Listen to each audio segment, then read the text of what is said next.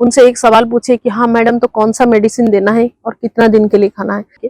और first time हमने वो वर्ड सुना, जबकि मैं पीएचडी होल्डर हूँ, मेरे हस्बैंड साइंटिस्ट है, आंख को दिख रहा है, कान को सुन रहा है, बच्चा बोल पा रहा है, तो उसमें भी कुछ कमी इसके बावजूद भी हो सकता है उसके माइंड में, ये हमने कभी सोचा ही नहीं था।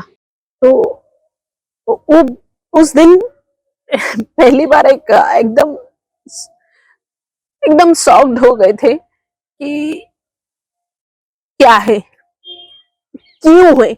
हम ना एक्चुअली क्या है पे फोकस करने से पहले हम एक ही बात अपने आप से पूछते हैं, जो क्वेश्चन हमको ना कमजोर बना देती है, कि मेरे साथ ऐसा क्यों है। तो बिहेवियर बहुत ही पोलाइट है और मैं उसको काफ़ी लगभग 7 सालों से देख रही हूँ। वो एक्स्ट्रा ऑर्डिनरी बच्चा है, बहुत ही जीनियस, बहुत ही होनहार। और एक चीज़ मैं उसमें ऐड करना चाहूँगी, बच्चे तो उसका कैलकुलेटिव पावर भी बहुत ज़्यादा है, मेरे घर में आता था तो मैंने देखा है। और दूसरी चीज़ मैं जो ऐड करना चाहूँगी कि उसके माताजी का उसका जो भी उपलब्धि है उसमें योगदान, मैंने मैडम को कभी भी एक पल के लिए भी आशुतोष के अलावा कुछ और करते हुए नहीं देखा। इतना एफर्ट उन्होंने लगाया है कि शायद आम बच्चों के माता-पिता इतना एफर्ट नहीं लगाते हैं।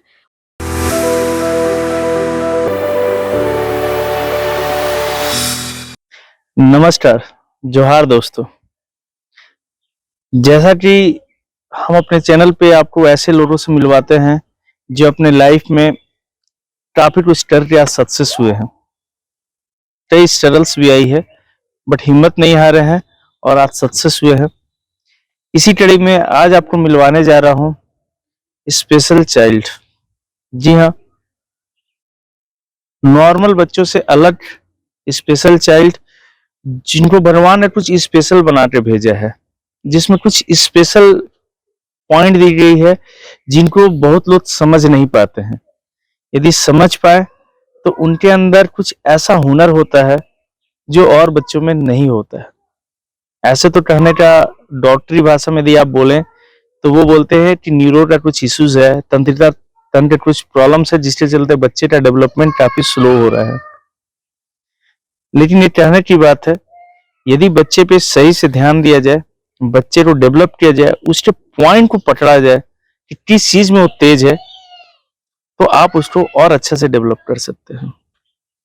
इसी कड़ी में आज आपको मिलवाने जा रहे हैं आशुतोष पानीग्राही से, जो कि काफी टैलेंटेड बच्चे हैं। अभी इन्होंने +2 कंप्लीट किया हुआ है।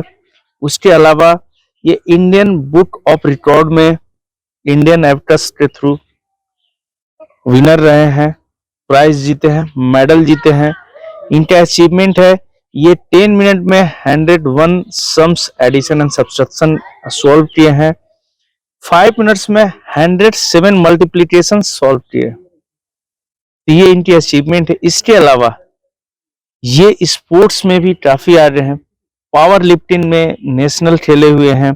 क्लासिकल म्यूजिक में इन्होंने अच्छा वर्क किया है, कंटिन्यू इस पर प्रैक्टिस कर रहे हैं और अच्छा कर रहे हैं। इसके अलावा कोडिंग, मीट ऐप इन्वेंटर में कोडिंग करते हैं, कंप्यूटर सीख रहे हैं और ना जाने कितने कितने चीजों में है। माने बच्चे ये चीज लेके चलते, ये कंटिन्यूसली हर किसी में आगे बढ़ते जा रहे हैं। तो इनकी जर्नी कैसी रही है, क्या सोचते हैं अपने बारे में और क्या क्या करना है, तो चलिए आपको मिलवाते हैं आशुतोष जी से। हेलो आशुतोष। नमस्ते सर। नमस्ते, कैसे हो आप? मैं बहुत अच्छा हूँ। बहुत अच्छे हैं। आशुतोष, आपने अभी तक क्या क्या अचीव किया है अपने लाइफ में? मैंने 10 अक्टूबर 2023 में India book of record Indian abacus का बनाया है। मैंने 10 मिनट्स में 101 सम एडिशन सब्ट्रैक्शन सम सॉल्व किया। 5 मिनट्स में 107 मल्टीप्लिकेशन सम सॉल्व किया। चलिए, वेरी गुड। और आप म्यूजिक में क्या कर रहे हो अभी?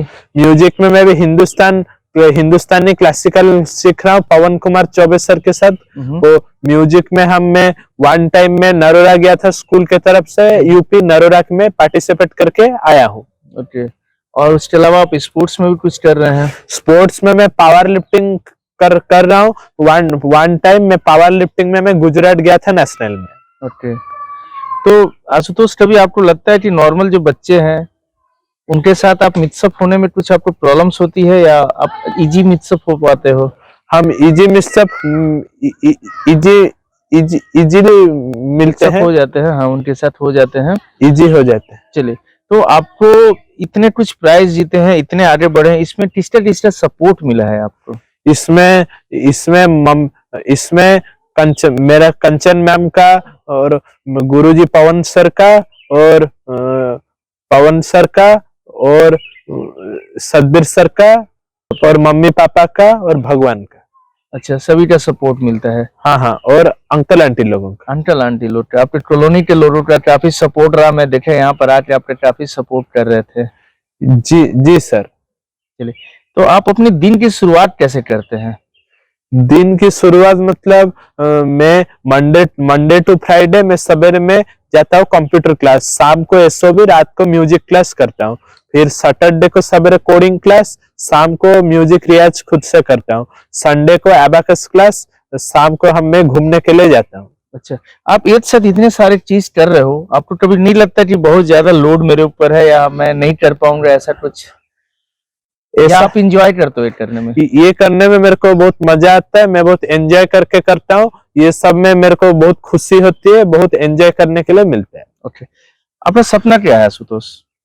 मैं फ्यूचर में मैं म्यूजिक टीचर बनूंगा, अच्छे से गाना सीख के गुरुजी से, फिर अपना दोस्त लोगों को गाना सिखाऊंगा, और अबाकस का ट्रेनर बन के अपना दोस्त लोगों को अबाकस सिखाऊंगा, addition, subtraction, multiplication, division and decimal sums. Coding सीख के कोडिंग का एक ट्रेनर बन के बच्चों को मीट एप्स इन्वेंटर सिखाऊंगा। कंप्यूटर में डाटा एंट्री सीख के बच्चों को सिखाऊंगा। स्पोर्ट्स में पावर लिफ्टिंग का कोच बन के बच्चों को सिखाऊंगा।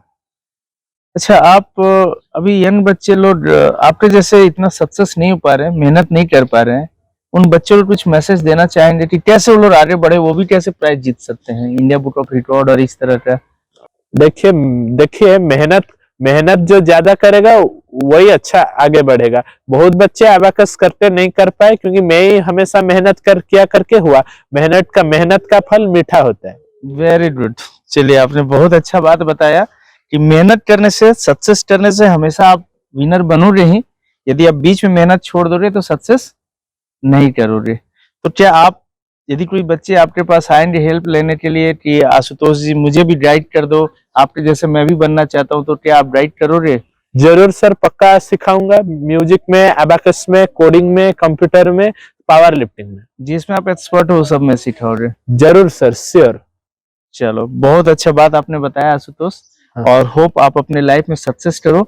आपको मेडल मिला है, मैं चाहूंगा कि आप अपने ऑडियंस को दिखाइए मेडल आपको जो मिला है, हाथ में पकड़ के। वो बहुत ही डिटरमाइंड है, वो जो सोचता है उसको जरूर पूरा करता है। वो हर चीज में पार्टिसिपेट करता है, कोई भी एक्टिविटी हो, मतलब उसे कहीं ना कहीं उसका योग रहता है उसमें। कहते हैं ना दोस्त कि एक बच्चा का डेवलप होने में या बच्चे को आगे बढ़ने में सबसे बड़ा रूप होता है माँ का। स्पेशल चाइल्ड होते हुए बहुत बच्चे आज भी देखिए वैसे ही एग्रेसिव है, वैसे ही किनारे पड़े रहते हैं, उनको कोई पूछता नहीं, कोई करता नहीं। बट आशुतोष आज इतना आगे निकला है, इसके पीछे इनकी माँ का बहुत बड़ा हाथ है। इनकी माँ से मिलते हैं और जानते हैं कि आशुतोष की लाइफ में क्या क्या चेंजेस आया और कैसे इन्होंने टैकल की। नमस्ते मैम। नमस्ते। तो मैम, आपको कब पता चला कि आपका बच्चा स्पेशल चाइल्ड है, और फिर पता चलते साथ क्या क्या हुआ? देखिए, आशुतोष पानीग्राही जो है वो ऑटिस्टिक है। जब वो 9 साल का हुआ तब जाकर हमें ये पता चला कि वो स्पेशल है।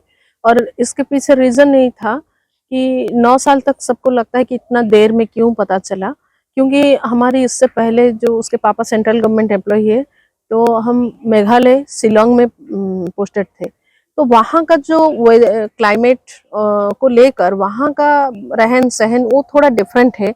वहाँ पे इतने बच्चों को खेलने के लिए इतना space रेनी नहीं सीजन मिलता है, है, right? ये है वो सब। जनरली स्कूल और घर तक ही वो लोग बंद रहते हैं। तो उसमें हमें वो जब बच्चों के बीच में नहीं गया तो उसकी कमी क्या है पता नहीं चला। और जब जमशेदपुर में हम आए ट्रांसफर होके, और ये नॉर्मल स्कूल में तो सेंट्रल स्कूल में पढ़ रहा था, एटॉमिक एनर्जी सेंट्रल स्कूल, तो उसमें पढ़ रहा था। तब हमको 9 इयर्स में ये पता चला, क्योंकि उसको जब हम फ्रेंड सर्कल में छोड़ रहे थे तो वो फ्रेंड्स के साथ खेल नहीं पा रहा था। वो खेल रहा था बट उन लोगों के साथ मिक्सअप नहीं हो पा रहा था। वो क्लास वर्क में वो पीछे हो जाता था, क्योंकि वो ब्लैक बोर्ड जो वर्क है उसको कभी कंप्लीट ही नहीं कर पा रहा था। तो टीचर्स का हमेशा कंप्लेन आता था कि वो अटेंटिव नहीं रह रहा है, या तो वो करना नहीं चाह रहा है। लेकिन वो किसी ने ये नोटिस नहीं किया कि उसका हैंडराइटिंग वो इतना खराब क्यों है, क्योंकि उसको लिखने में दिक्कत होता है, जो कि हमने भी नोटिस नहीं कर पाया। हमें लग रहा था कि वो उसको थोड़ा और हम पनिशमेंट देंगे तो वो शायद अच्छे से लिखेगा, स्ट्रिक्ट हो जाएंगे तो यही सब के लिए फिर हमको लगा कि अटेंटिव नहीं रह रहता है। तो एक बार हम चाइल्ड जो Specialist से साइकोलॉजी, मिले हाँ, थे। किसी से दिखाते हैं। तो हमें कहा गया कि आप एक जो साइकोलॉजिस्ट दिखा दीजिए, थोड़ा पता चलेगा। तो हम एम्स भुवनेश्वर में दिखाए।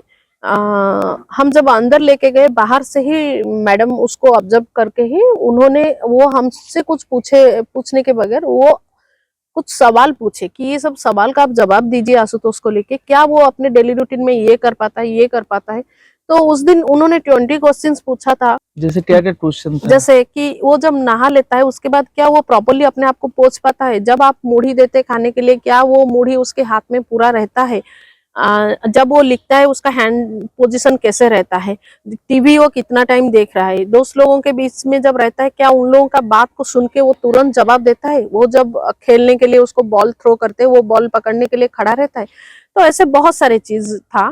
तो हमने उस दिन हमको लगा कि हाँ, पहली बार हम अपने बच्चे से मिल रहे थे, ऐसा लग रहा था, क्योंकि उस दिन हमको अपने बच्चे में जो कमी है वो दिखाई दे रहा था। तो फिर उन्होंने बोला कि ये एक डिजॉर्डर है, one type of disorder, autism, वहीं पे एक। और फर्स्ट टाइम हमने वो वर्ड सुना। तो हम जबकि मैं पीएचडी होल्डर हूँ, मेरे हस्बैंड साइंटिस्ट हैं, बट हमने तब तक इस माने आंख को दिख रहा है, कान को सुन रहा है, बच्चा बोल पा रहा है, तो उसमें भी कुछ कमी इसके बावजूद भी हो सकता है उसके माइंड में, ये हमने कभी सोचा ही नहीं था। और क्योंकि हमारे हमारे हम हमेशा एक थिंकिंग रहती है कि अगर हमारे जेनेटिक में ऐसा नहीं है तो नहीं होना चाहिए। तो हम उनसे एक सवाल पूछे कि हाँ मैडम, तो कौन सा मेडिसिन देना है और कितना दिन के लिए खाना है? तो उन्होंने मुझे बोला था, हाँ थोड़ा बैठ जाइए, आराम से बैठ जाइए। बोले कि ये this is one type of disorder, neuro disorder.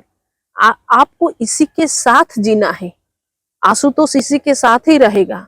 बस ये है कि आप ट्रेनिंग दीजिए, उसका स्किल डेवलप कीजिए, उसकी जिस जिस फील्ड में कमी है, उसके हैंड मोटर स्किल को अगर आपको डेवलप करना है, उसके लिए थेरेपी चाहिए, उसको स्पीच थेरेपी अगर चाहिए तो स्पीच थेरेपी दीजिए। लेकिन आप ऐसा मत सोचिए कि ये ठीक हो जाएगा। तो वो उस दिन पहली बार एकदम शॉक्ड हो गए थे कि क्या है, क्यों है। हम ना एक्चुअली क्या है पे फोकस करने से पहले हम एक ही बात अपने आप से पूछते हैं, जो क्वेश्चन हमको ना कमजोर बना देती है, कि मेरे साथ ऐसा क्यों है। हमें भी वो सिचुएशन देख के गुजरना पड़ा। करीब 6 मंथ्स तक हम कुछ सोच नहीं पा रहे थे हमको क्या करना है, हमारा नेक्स्ट स्टेप क्या होना चाहिए।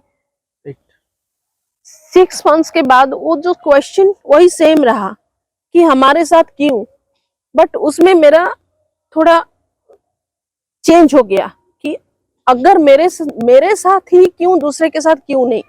इसका मतलब मुझे कहीं से सिलेक्ट किया गया है कि मैं उसको हैंडल कर सकती हूँ। राइट। और ये जो सोच ना, ये डॉक्टर्स, थेरापिस्ट, ये हमें डेवलप किए हैं। उन्होंने ये चीज हमको हमेशा बोला कि स्पेशल चाइल्ड को किस घर में देना है, ये ऊपर वाला सिलेक्ट करके, पेरेंट सिलेक्ट करके भेजता है। आप में वो काबिलियत है कि आप उसको संभाल सकते हो। स्पेशल बना सकते हो, उसका बहुत अच्छे से केयर कर सकते हो, इसीलिए आपको चुना गया है। तो बस उस दिन से हमारा जो सोच है वो थोड़ा बदल गया। हमारे समाज में सबसे प्रॉब्लम होता है सोशल स्टिग्मा, जिस वजह से कोई भी पेरेंट्स इस चीज को मानने के लिए तैयार नहीं होते कि मेरा बच्चा डिफरेंट है, ये नहीं मानना है, ये स्वीकार नहीं करना है। पर उस पेरेंट्स के लिए मैं यही बोलूंगी, सबसे ज्यादा उसके लिए किसको भुगतना पड़ता है ना, बच्चे को। क्योंकि जब तक आप लोगों को नहीं बोलेंगे, लोगों का समाज का एक्सपेक्टेशन उससे उसी ही लेवल का रहता है जो एक नॉर्मल बच्चे से रहता है। और लेकिन इसके लिए आपको सोच को डिफरेंट करना पड़ेगा। इसके लिए आपको सोचना पड़ेगा उस बच्चे में किस किस फील्ड के लिए इंटरेस्ट है। वो किस, हो सकता है एक ही फील्ड हो सकता है हजारों फील्ड हो, लेकिन किस चीज में वो अपना इंटरेस्ट रखता है, उसमें आप उसको प्रायोरिटी दीजिए, ट्रेनिंग दीजिए, प्रॉपर अपॉर्चुनिटी दीजिए, और उस फील्ड में वो अपने आप को इतनी हद तक साबित करते हैं जो कि मतलब नॉर्मल बच्चे को नहीं कई गुना करते हैं। पीछे छोड़ देते हैं। सही बात। ये अभी तक का मेरा सोच है। मुझे आए हुए यहाँ 2 साल होने जा रहे हैं, लेकिन मैंने उसको देखा है कि बहुत सालों से ऐसी दोस्ती है जैसे वैसे रहता है। वो हमारे बच्चों के साथ भी बहुत घुल मिल के रहता है। हर क्षेत्र में वो आगे है, चाहे वो खेल हो या पढ़ाई का क्षेत्र हो या कंप्यूटर का क्षेत्र हो। और हर समय सारे बच्चों से मैं तो महसूस नहीं करती हूँ कि और दूसरे बच्चों से अलग है। वो सामान्य बच्चों जैसा ही है और हमेशा अच्छा रहेगा, भविष्य उसका बहुत उज्जवल रहेगा। उसके मम्मी पापा को भी बहुत बहुत शुभकामना। तो आपने फिर उसके बाद से कैसे उनको परवरिश किया, हाँ। कैसे डेवलप किया कि आज आशुतोष हर चीज में आगे बढ़ के हैं? हमने पहला मेहनत दिखाया। पहले एक पेरेंट्स के तौर पे हमारी जो रेस्पॉन्सिबिलिटी है, हमने पहले इस सच्चाई को स्वीकार किया। सबसे पहला काम यही किया। स्वीकार कैसे किए? अपने आप को बताया कि ये सच है, ये अब हम ये आशुतोष है, इसको लेके चलना है, ये सच्चाई के साथ चलनी है। दूसरा स्टेप हमने ये किया कि आशुतोष जहां जहां जाता था, जितने सारे हॉबी क्लासेस में जाता है, स्कूल में, हम सब जगह एक मैसेज छोड़े, उनके लिए बता दिए कि आशुतोष माने अटेंटिव नहीं रहता है, या उसकी मदर उसको प्रॉपरली हैंडल नहीं कर रहा है, उसका केयर नहीं कर रही, इसलिए वो पीछे नहीं रह जा रहा है। उसकी कुछ कमी है जिस वजह से वो पीछे रह रहा है। तो उसके लिए ना आपको टेक्निक्स दूसरा अप्लाई करना पड़ेगा अगर आपको उसको आगे लाना है। हाँ? तो लेकिन मेरे समय में अभी डिफरेंट हो गया है सिचुएशन। मैं आपको 10 साल पहले की बात कर रही हूँ। उस समय 8 साल 10 साल पहले में ये ऑटिज्म वर्ड कोई जानते नहीं थे, और अगर हम उस चीज को with doctor report, doctor certificate भी दिखाना चाह रहे थे, कोई मानने के लिए भी तैयार नहीं था। पर आज भी मैं वही काम कर रही हूँ कि आशुतोष को मैं हर जगह जाके बैठती थी, जैसे म्यूजिक क्लास में देती थी, तो मैं उसके हर समय में उसके साथ रहती थी। और जहाँ पे उसको प्रॉब्लम होता था, अगर सामने टीचर्स उसके ट्रेनर समझ नहीं पा रहे थे, मैं उनको बोलती थी, सर आप थोड़ा इसको इस तरीके से बताइए। तो कहीं ना कहीं हमने एक चीज देखा कि गोल आपका सेम है, बट आपको वो जो रास्ता है उसको थोड़ा सा चेंज करना पड़ेगा। इन बच्चों के लिए आपको टेक्निक्स चेंज करना पड़ेगा। कहीं ना कहीं उनके लिए आपको नया कुछ, जैसे उसको पढ़ाना रहता था, उसको अगर मैं एक पैराग्राफ दे दूंगी मेमोराइज करो, वो नहीं कर पाता था। हम क्या कर रहे थे ना, उसको जैसे 8 तक उसको, जब वो मैं पढ़ा रही थी उसको, मैं देखी 10 तक ही बोलूंगी, उसको मैं हमेशा की पॉइंट्स देती थी। मान लीजिए एक क्वेश्चन है, उसका आंसर 5 लाइंस में, तो हम उसको 5 की पॉइंट्स पहले देते थे। उस पॉइंट्स को वो इजीली मेमोराइज कर पाता था। फिर उसको बोलती थी कि एग्जाम में जाके एक रेक्टेंगल में ये की पॉइंट्स को पहले लिख लो, फिर उसमें सेंटेंस फ्रेम करो।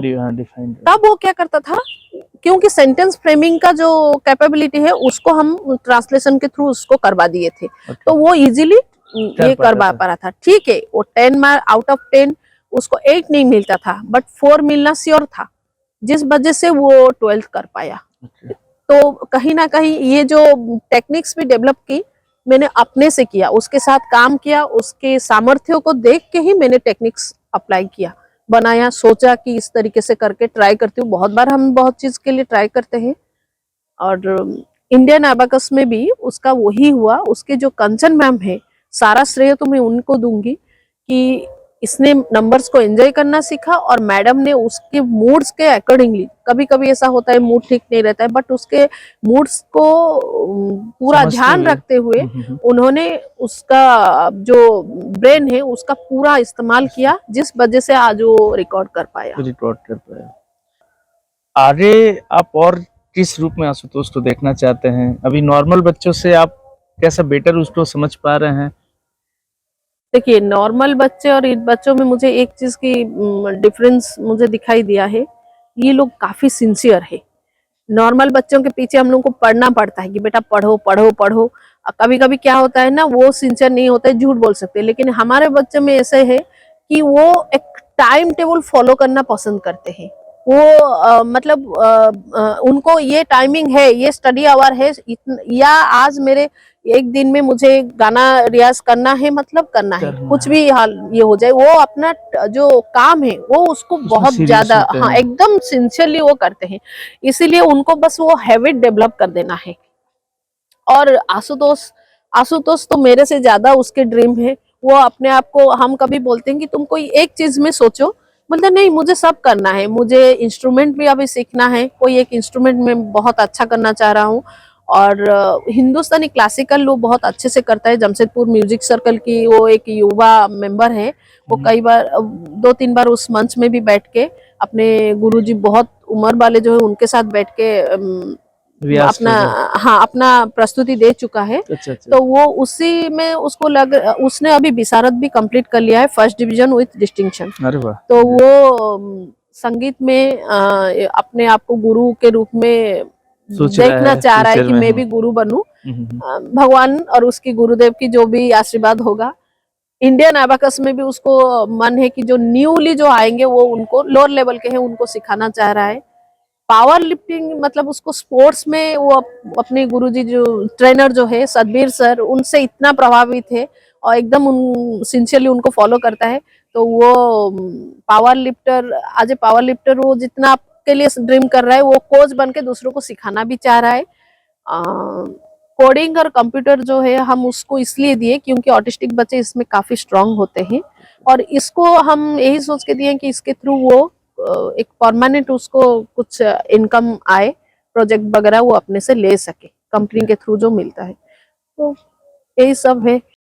हमारे कैंपस का एक बच्चा बहुत ही होनहार, बहुत ही टैलेंटेड, आशुतोष पानीग्राही। मैं 2 लाइन बोलना चाहूंगी कि न पड़ता दिखाई यदि कहीं किनारा, अगर हो गई हो प्रतिकूल धारा, न थक कर शिथिल हो न बहकर तू प्यारे, उड़ा पाल मांझी बढ़ा ना आगे। ये उस पर बहुत ही सटीक साबित होता है। मैम, आप तो काफी अच्छे परवरिश कर रहे हैं, आशुतोष अभी काफी अच्छा कर रहा है। मुझे बात करके ऐसा नहीं लग रहा कि नॉर्मल बच्चों से कहीं भी अलग है, उससे बेटर ही है हर जगह से। लेकिन बहुत पेरेंट्स अभी भी ऐसे बच्चों से गिव अप कर देते हैं, नहीं ध्यान देते। बच्चे देख रहे हैं कि जैसे थे आज से 10 साल पहले अभी भी वहीं पर हैं। क्या कमी छोड़ दे रहे हैं वो लोग? क्या चीज करना चाहिए जो आपके तरफ से एक मैसेज वैसे पेरेंट्स को? मैं तो पेरेंट्स को यही बोलूंगी कि सच्चाई को मान लीजिए। जब तक आप नहीं मानेंगे आप मजबूत नहीं हो पाएंगे, और जब तक आप मजबूत नहीं होंगे तब तक आप अपने बच्चे को मजबूत नहीं बना पाएंगे। अगर आप एक एबल पर्सन होके, नॉर्मल पर्सन होके आप सोसाइटी को फेस नहीं कर पा रहे, तो आपका बच्चा कैसे करेगा अगर वो कमजोर है। और कमजोर का हमेशा हाथ पकड़ना है, थाम लेना है मजबूती से। तो अगर पेरेंट्स उतना नहीं कष्ट उठाएंगे तो ये बहुत मुश्किल है। चलिए, आपने काफी अच्छा सफर अभी तक किया है और आगे होप और अच्छा करे। आशुतोष काफी बड़ा हो, देश विदेश तक में नाम हो, ये शुभकामनाएं उनको। और आपको भी धन्यवाद। और होप कि यदि कोई ऐसे पेरेंट्स है जो आपसे कंसल्ट करना चाहते हैं ऐसे बच्चों से रिगार्डिंग, तो आपसे उनको मदद जरूर मिलेगी। सर, ठीक है, थैंक यू मैम। तो दोस्तों, ये थे आशुतोष पानीग्राही, स्पेशल चाइल्ड, जिन्होंने लाइफ में कुछ अचीवमेंट किया है और निरंतर करते जा रहे हैं। ऐसे ही लोगों से निरंतर आपको मिलवाते रहूंगा। हमारा वादा है लाइफ में जो स्ट्रगल करके आगे बढ़े हैं उनसे आपको रूबरू करवाऊंगा। यदि आपको पसंद आता है हमारा चैनल तो सब्सक्राइब कीजिए, लाइक कीजिए और शेयर करना ना भूलें। और हाँ दोस्तों, यदि आपके आसपास सोसाइटी में ऐसे लोग हैं जो इसी तरह का स्ट्रगल करके, संघर्ष करके आगे बढ़े हैं और बढ़ रहे हैं, तो उनसे भी हमें जरूर मिलवाइए। मैं उनका भी इंटरव्यू सभी लोगों को दिखाऊंगा ताकि समाज में एक अच्छा मैसेज जाए। Thank you.